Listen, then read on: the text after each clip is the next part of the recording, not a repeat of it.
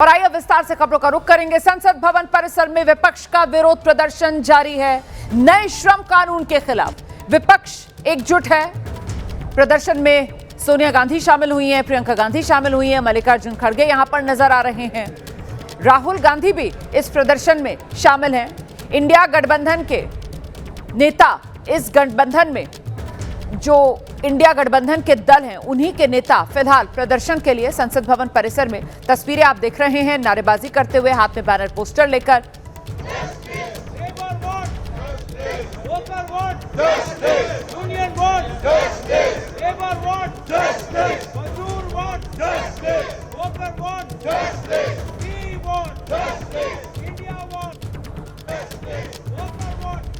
तो नए श्रम कानून के खिलाफ विपक्ष अब एकजुट हो गया है और अब आज संसद भवन परिसर में नारेबाजी विपक्ष की तरफ से नए श्रम कानून के खिलाफ एकजुटता दिखाते हुए की गई है। दिखाते हैं आपको एबीपी न्यूज संवाददाता मोहित की संसद भवन परिसर से एक रिपोर्ट।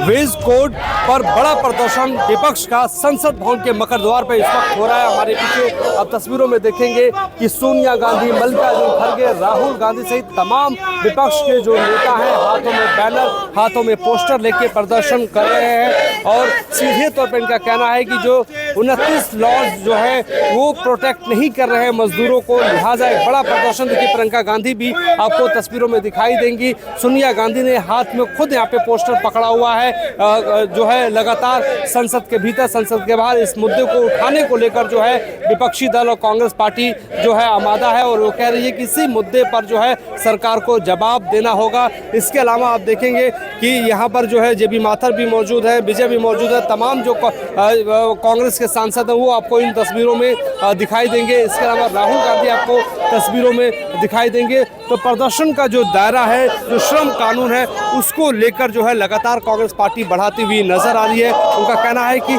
सदन के भीतर इस मुद्दे पर सरकार को चर्चा करवाना चाहिए, सरकार चर्चा करवाए, नहीं तो प्रदर्शन संसद के भीतर और संसद के बाहर होगा। इसके साथ ही साथ आपको ये भी हम बताते चले कि कांग्रेस पार्टी के एक बड़े नेता ने, राज्यसभा सांसद ने और लोकसभा सांसदों ने संसद के भीतर इस मुद्दे पर चर्चा कराने को लेकर नोटिस भी दिया है। संसद भवन से मोहित राज दुबे, एबीपी न्यूज, दिल्ली। आज संसद भवन में कांग्रेस सांसद रेणुका चौधरी के कुत्ता ले जाने वाले विवाद की। दरअसल परसों आप जानते हैं रेणुका चौधरी अपने पालतू कुत्ते को गाड़ी में बिठाकर संसद तक ले गई थी। इसी को लेकर सवाल उठे। इस पर आज जब उनसे एबीपी न्यूज ने सवाल पूछा कि आपके खिलाफ विशेषाधिकार नोटिस देने की तैयारी कर रहा है सत्ता पक्ष, तो उन्होंने जवाब क्या दिया है, आप सुनिए। गैर किसी कारण के विपक्ष ने 2 दिन तो लाए भाई, उनको और कोई टाइम ये नहीं है, काम काज नहीं है। लेबर लॉज की समस्या है। जो बीजेपी हमेशा आती है वो हमेशा लेबर के खिलाफ ही करते हैं। इंडस्ट्री बंद हो रही है, उनको फिक्र नहीं है। ये पोल्यूशन चल रहा है, पोल्यूशन में बच्चों का फेफड़े काले हो गए, उसका कोई परेशानी नहीं। रेणुका चौधरी का कुत्ता के पीछे भाग रहे हैं। अब मैं क्या बोलूं, ये हाल ये सरकार की यही है। तो क्या जवाब देंगी इनको आप? बहु अच्छा, एक और सवाल है कि वाजपेयी जी रेणुका जी खुद बैलगाड़ी लेके यहाँ पे आए थे। हाँ, तो आए थे यहाँ। वो प्रमोद महाजन का बेटी भी एक कुत्ता को रेस्क्यू करके ये करी थी। वो सब नहीं दिखेगा मेरे सामने। ये हमारे साथ रेणुका चौधरी थी। संसद भवन से मोहित राज दुबे, एबीपी न्यूज, दिल्ली।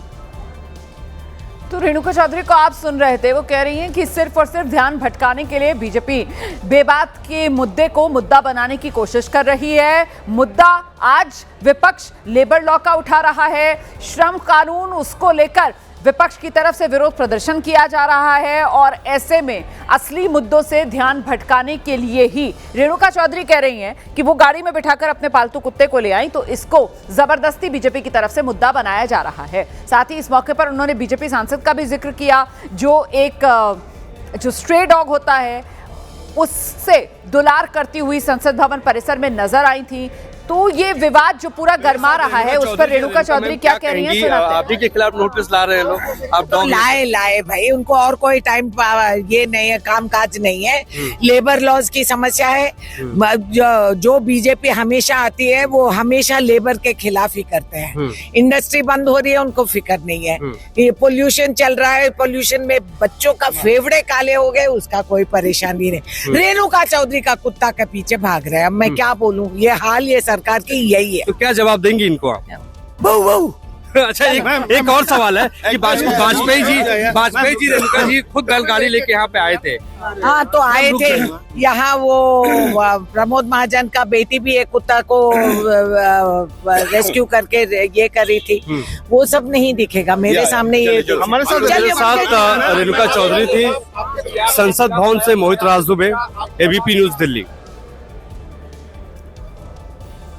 तो ये तो बड़ा दिलचस्प अंदाज में जवाब दिया है रेणुका चौधरी ने। मतलब वो कुत्ते के अंदाज में, कुत्ते की आवाज में वो भाव भाव करती हुई सुनाई पड़ी हैं कि माइक पर, एबीपी न्यूज के कैमरा पर। सीधे आपको लेकर चलेंगे, हमारे साथ हमारे सहयोगी आशीष इस वक्त मौजूद हैं। आशीष, एक तरफ विपक्ष अपने मुद्दों के साथ संसद भवन परिसर में भी नारेबाजी कर रहा है और आज विपक्ष का मुद्दा बदल गया है। मतलब कल तक जो एसआईआर था, एसआईआर पर जब चर्चा को लेकर सहमति बन गई तो फिर आज विपक्ष के सांसद नारेबाजी अब श्रम कानून को लेकर करते हुए सुनाई पड़ रहे हैं। वहीं दूसरी तरफ रेणुका चौधरी, उनके कुत्ते वाला विवाद जो गर्मा रहा है उस पर वो बड़े अलग और दिलचस्प अंदाज में अपने विरोधियों को जवाब दे रही हैं। आशीष, ये तो आप मेरी राय पूछेंगे तो ट्रिविलाइज करना हुआ। जितने लोगों से, सरकार के प्रतिनिधियों से कल मेरी बात हो पाई थी, उससे सेंस तो यही मिलता है कि ये कोई ऐसा नहीं है कि इसकी इजाज़त है किसी भी मेंबर ऑफ पार्लियामेंट को कि वो इस तरह से अपने पेट एनिमल्स को ले आए और फिर उसको जस्टिफाई करे। सदन की गरिमा या संसद की गरिमा को भी शोभा तो नहीं देता है, अगर आप मेरी राय माने तो। बाकी वो अपने आप को डिफेंड कर रही है, सरकार को देखना है कि आगे के लिए किस तरह के गाइडलाइंस वो इससे संबंधित बनाते हैं। आप ठीक कह रही हैं। देखिए, जो सबसे बड़ा मुद्दा था एसआईआर रोमाना, उसको लेकर के जब सरकार ने ये बीच का रास्ता निकाल लिया कि उन्होंने तारीख तक दे दी कि जिस दिन इस पर चर्चा होगी, उसके बाद नेचुरली विपक्ष को और मुद्दे ढूंढने थे सरकार को घेरने का। हालांकि सदन की कार्रवाई सुचारू रूप से चल रही है अब, क्योंकि मुख्य मुद्दे पर सरकार राजी हो गई है चर्चा करने के लिए। लेकिन चाहे प्रदूषण का मुद्दा हो, चाहे श्रम कानूनों का मुद्दा हो, लेबर लॉज को लेकर के लगातार कांग्रेस अध्यक्ष ने भी इस पर बार बार ट्वीट करके मोदी सरकार को निशाने पर आड़े हाथों लेने की कोशिश की। और प्रदूषण के मुद्दे पर मैंने देखा कि हमारे सहयोगी अंकित से रंजीत रंजन ने बाकायदा बात की। दीपेंद्र हुड्डा मास्क लगा करके संसद में पहुंचे। ये हमें नहीं भूलना चाहिए कि रशियन प्रेसिडेंट का 2 दिन का दौरा होना है, व्लादिमीर पुतिन का, कल और परसों। उसको लेकर भी कल हमने देखा था तमाम सांसदों ने सवाल खड़े किए थे कि जब एयर इतना पोल्यूटेड है तो आप इस तरह से राजधानी दिल्ली में अपने विदेश के इतने ताकतवर मेहमान को बुला रहे हैं, इसको क्यों नहीं सरकार एड्रेस कर रही है। तो तमाम ऐसे इश्यूज हैं जिस पर भी अभी ऑपोजिशन कोशिश कर रहा है कि सरकार की जवाबदेही तय की जाए, किसी भी तरह से उनको शांत ना बैठने दिया जाए। लिहाजा आप इस तरह से इन इश्यूज को देख रही हैं कि विपक्ष उठाने की लगातार कोशिश कर रहा है। बिल्कुल सही कह रहे हैं आप। देखिए, विपक्ष की रणनीति यहाँ पर बहुत साफ है, लगातार सरकार पर दबाव बनाया जाता रहे और इसीलिए आज, हालांकि सदन की कार्रवाई चल रही है, लेकिन सदन की कार्रवाई शुरू होने से पहले विपक्ष ने अपना जो एक आदतन विरोध है उसको जारी रखा। एसआईआर का मुद्दा ना सही, आज श्रम कानून का मुद्दा था और उसको लेकर इंडिया गठबंधन के तमाम सांसद संसद भवन परिसर में जोरदार नारेबाजी करते दिखाई दिए। तो संसद के शीतकालीन सत्र का तीसरा दिन आज। सत्र शुरू होने से पहले पूर्व राष्ट्रपति डॉक्टर राजेंद्र प्रसाद की 141वीं जयंती पर उन्हें श्रद्धांजलि देने के लिए लोकसभा स्पीकर और राज्यसभा में डिप्टी चेयरमैन हरिवंश ने, संसदीय कार्य मंत्री ने, दोनों सदनों में नेता प्रतिपक्ष मल्लिकार्जुन खड़गे, राहुल गांधी ने संसद के सेंट्रल हॉल में उन्हें श्रद्धांजलि दी है। ये तस्वीरें आपके सामने। इस दौरान राहुल गांधी, मल्लिकार्जुन खड़गे की एक बेहद दिलचस्प तस्वीर भी सामने आई है। राहुल गांधी ने मल्लिकार्जुन खड़गे के कंधे की मालिश की। ये देखिए तस्वीर आपके सामने। तो डॉक्टर राजेंद्र प्रसाद की 141वीं जयंती का मौका और वहां पर तमाम सांसद उनको श्रद्धांजलि दे रहे थे और एक अनूठी सी तस्वीर देखने के लिए मिली जब राहुल गांधी मल्लिकार्जुन खड़गे के कंधे दबाते हुए नजर आए और बाकायदा शायद मल्लिकार्जुन खड़गे उनको बता रहे हैं कि कहां पर उन्हें ज्यादा दर्द सा महसूस हो रहा है और राहुल गांधी वहीं पर दबाते हुए। प्रियंका गांधी भी इस मौके पर उनके पास पहुंचती हैं। कांग्रेस अध्यक्ष है मल्लिकार्जुन खड़गे। राहुल गांधी मल्लिकार्जुन खड़गे के कंधे दबाते हुए यहां पर नजर आ रहे हैं।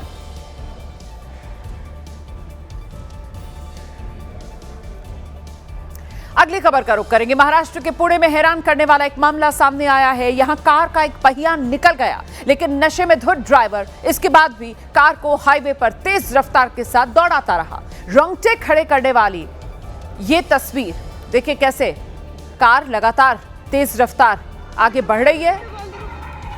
ड्राइवर बिना टायर के कार चला रहा है, अपनी और सड़क पर चल रहे लोगों की जान जोखिम में डाल रहा है। हैरान करने वाली खौफनाक तस्वीरें पुणे के हाईवे से देखने के लिए मिली और काफी देर तक ये ड्राइवर पुणे के हाईवे पर गाड़ी दौड़ाता रहा। इसे देखकर आसपास चल रहे लोगों की सांसें अटक गईं, क्योंकि सड़क चलते दूसरे लोगों ने कार चालक को कार रोकने के लिए इशारे भी किए। इसके बावजूद ड्राइवर ने गाड़ी नहीं रोकी। हालांकि बाद में पुलिस ने एक्शन लिया, ड्राइवर के खिलाफ ड्रिंक एंड ड्राइव का मामला दर्ज किया। बताया जा रहा है ड्राइवर इतना ज्यादा नशे में धुत था कि उसे इस बात का अंदाजा ही नहीं था कि उसकी गाड़ी का टायर निकल चुका है। वो बिना टायर के गाड़ी दौड़ा रहा है। सोचिए, अगर टायर पूरी तरह से निकल जाता या कोई इस कार की चपेट में आ जाता तो फिर क्या होता।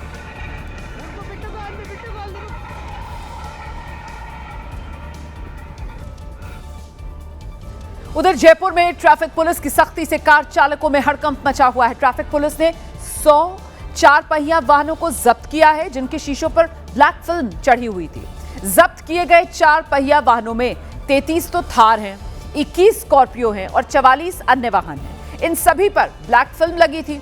पुलिस ने मोटर व्हीकल एक्ट के तहत इन वाहनों का चालान किया, इन्हें जब्त किया। इसके अलावा मॉडिफाइड साइलेंसर लगाकर तेज आवाज करने वाले 41 दोपहिया वाहन भी जब्त किए गए हैं। पकड़े गए दोपहिया वाहनों में 26 पावर बाइक्स हैं, 15 मॉडिफाइड साइलेंसर लगी बाइक्स हैं। पुलिस ने 5 दिन तक ये विशेष अभियान चलाकर बड़ी कार्रवाई की। एक्शन से पहले लोगों को चेतावनी भी दे दी गई थी, लेकिन उसके बावजूद जो लोग नहीं माने, पुलिस ने उन पर एक्शन लिया है।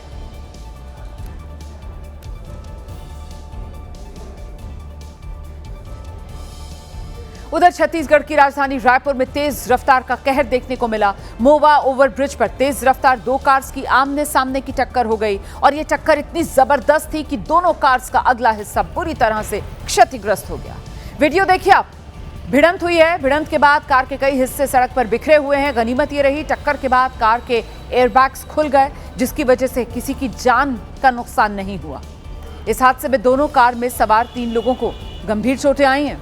सूचना मिलने पर पुलिस मौके पर पहुंची, घायलों को अस्पताल भिजवाया।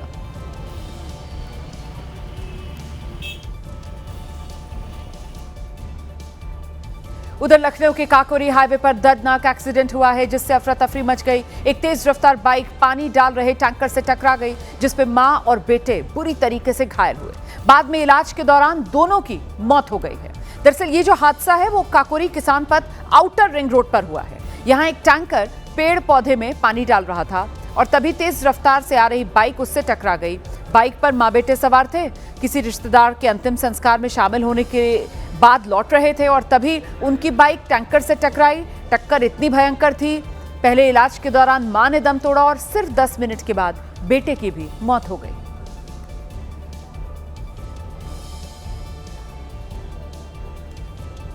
उधर हैदराबाद की मलकपेट में एक लॉरी का तांडव देखने को मिला है। यहां बजरी से भरी लॉरी ने सामने से आ रही बस को सीधी टक्कर मार दी। इस दर्दनाक एक्सीडेंट में 2 लोगों की मौत हो गई है। बताया जा रहा है ब्रेक फेल हो गए थे और इसी वजह से यह हादसा हुआ है। शुरू में लॉरी के ड्राइवर ने डिवाइडर से लॉरी को टकराकर रोकने की कोशिश की, लेकिन लॉरी में बजरी भरी हुई थी और इस वजह से लॉरी अनियंत्रित हो गई। पहले डिवाइडर से टकराई और फिर सामने से आ रही आरटीसी की बस से भिड़ गई। टक्कर इतनी भयंकर थी कि 2 लोगों की मौत हो गई। 8 यात्री बुरी तरीके से घायल, जिन्हें इलाज के लिए अस्पताल में भर्ती कराया गया है। लेकिन इस टक्कर से हाईवे पर लंबा जाम लग गया। काफी देर तक लोग जाम में फंसे रहे। बाद में पुलिस मौके पर पहुंची और फिर ये जाम खुलवाया गया।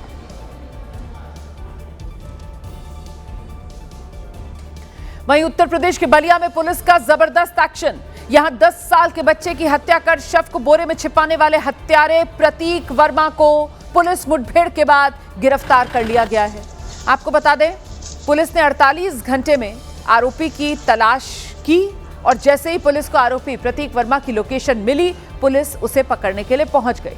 आरोपी ने पुलिस पर हमला किया। जवाब में पुलिस की तरफ से गोलीबारी की गई। एक गोली आरोपी के पैर में लगी है। बाद में पुलिस ने इसे गिरफ्तार किया। पुलिस का एक दूसरा एक्शन बुलंदशहर में भी देखने के लिए मिला है। यहां पुलिस ने कई राउंड फायरिंग की है। हाफ इनकाउंटर में 2 बदमाश पवन को, युवराज को गिरफ्तार किया है। इन दोनों आरोपियों ने बुलंदशहर के खुर्जा में तारीख से लौट रहे अर्जुन पर दिन दहाड़े गोलियां चलाई थी।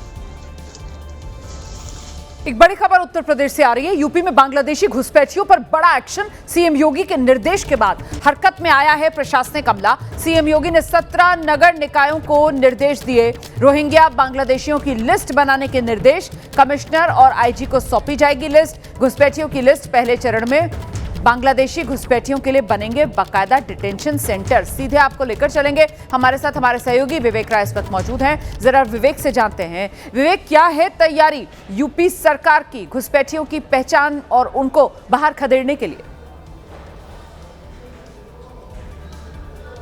देखिए, उत्तर प्रदेश में घुसपैठियों को लेकर के सीएम योगी ने आज से लगभग 2 हफ्ते पहले भी एक बार निर्देश दिए थे अधिकारियों को, जब उन्होंने कहा था कि घुसपैठियों को चिन्हित किया जाए, क्योंकि इस बात को लेकर के शंका है कि उत्तर प्रदेश में बड़ी संख्या में जो रोहिंग्या बांग्लादेशी हैं वो बड़ी संख्या में रह रहे हैं।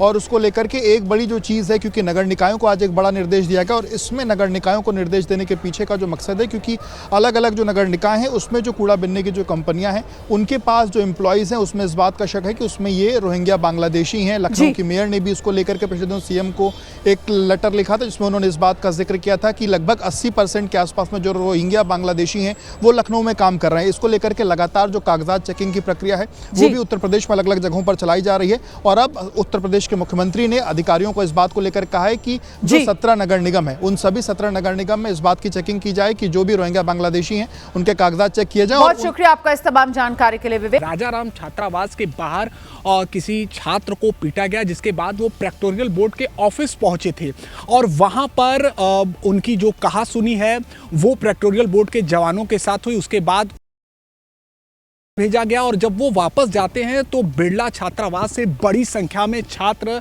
बाहर निकल कर आते हैं और जिसके बाद हॉस्टल से बड़ी संख्या में छात्र बाहर निकल आए और सुरक्षा कर्मियों पर टूट पड़े। हालात को बिगड़ते देख तुरंत पुलिस को बुलाया गया। कई थानों की फोर्स, आरएएफ और विश्वविद्यालय सुरक्षा दल को तैनात किया गया। पूरे बीएचयू को पुलिस छावनी में बदल दिया गया है। पुलिस मामले की जांच कर रही है। फिलहाल हालात काबू में हैं। तो बीएचयू में देर रात ये जबरदस्त बवाल हुआ और इसके बाद पूरे कैंपस में अफरा तफरी के हालात बने। फिलहाल कैंपस में अभी शांति है। कक्षाएं सुचारू रूप से आज चल रही हैं। चारों तरफ सुरक्षाकर्मी तैनात किए गए हैं। देर रात के बाद पुलिस अब खासी एहतियात बरत रही है। 2 तस्वीरें आपके सामने हैं। बीएचयू के हालात इन दोनों तस्वीरों के जरिए आप देख समझ सकते हैं। कल जब बवाल हुआ था और आज सुबह की तस्वीर भी हम आपको दिखा रहे हैं। कैंपस में अब सब कुछ सामान्य है। फिलहाल इस वक्त वहां क्या हालात हैं, इसको लेकर एबीपी न्यूज संवाददाता निशांत चतुर्वेदी की एक रिपोर्ट आपको दिखा देते हैं। सर्वशिक्षा की राजधानी बीएचयू परिसर में बीते रात कुछ समय के लिए जंग के मैदान जैसे हालात हो गए। कुछ समय के लिए सुरक्षा कर्मी और छात्र जो हैं वो आमने सामने हो गए। अब आगे प्रधानमंत्री नरेंद्र मोदी की बंगाल के बीजेपी सांसदों के साथ मुलाकात हुई। सूत्र ये बता रहे हैं, प्रधानमंत्री ने बंगाल से आने वाले सांसदों से कहा है हमें कड़ी मेहनत करनी है और ये सुनिश्चित करना है कि हम बंगाल में ये चुनाव जीतें। आप लोग बहुत आगे बढ़ चुके हैं।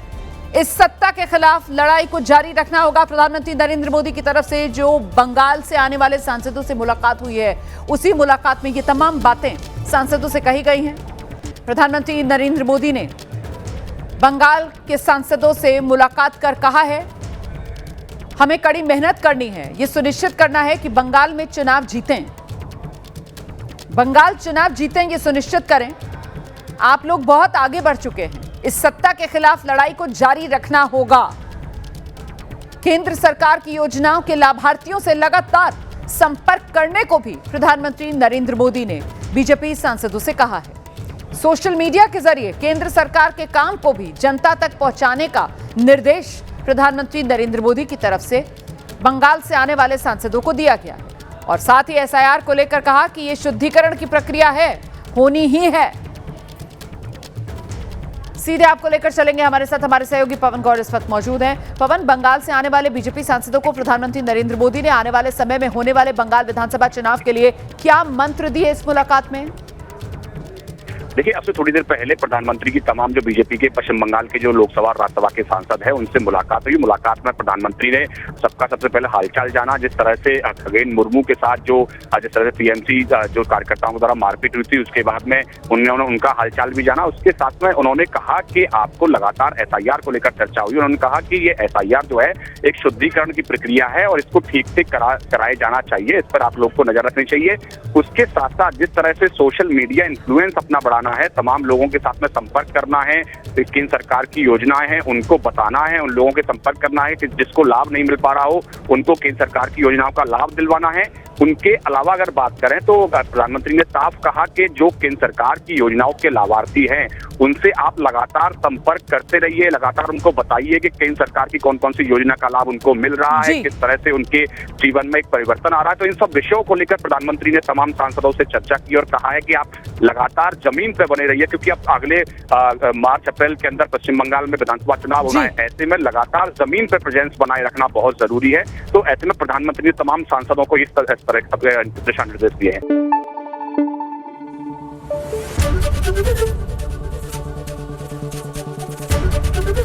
एबीपी न्यूज आपको रखे आगे।